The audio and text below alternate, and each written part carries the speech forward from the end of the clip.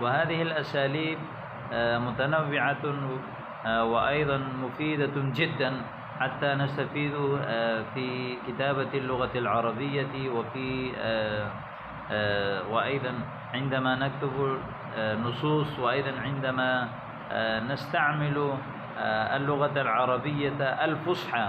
الإنسان يريد أن يتكلم ويتعلم ويستفيد من العربية الفصحى، وأيضا خاصة هذه الأساليب نفيدنا كثيرا عندما نطالع الكتب العربية مثلا القرآن والأحاديث وأيضا الفقه وأصول الفقه، وهذه العلوم عندما نطالع فيه عبارات خاصة وإن نحن نعرف معانيها لغة، ولكن ما هي المعاني من هذه المجموعة وأي شيء نستفيد منها وما هي يعني مرادها من هذه الجملة، فهذه لا نستفيد ولا نتعلم ولا نعرف إلا بعلم أساليب العربية.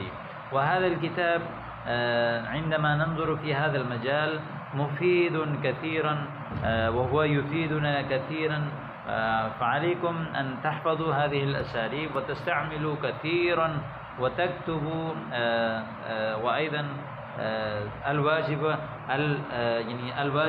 الواجب المنزلية يوميا، هكذا سوف تقدرون على التكلم وعلى الكتابة اللغة العربية وعلى العربية الفصحى معا إن شاء الله تعالى. وأيضا درسنا اليوم الدرس الثالث والأربعون أفضل إضافة إلى المفرد.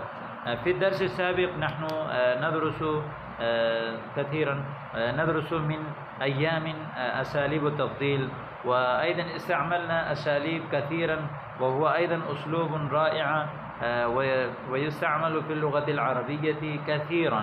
ومنها درسنا في الدرس الأمس اسم التفضيل إضافة إلى الجمع. في هذا الدرس نحن ندرس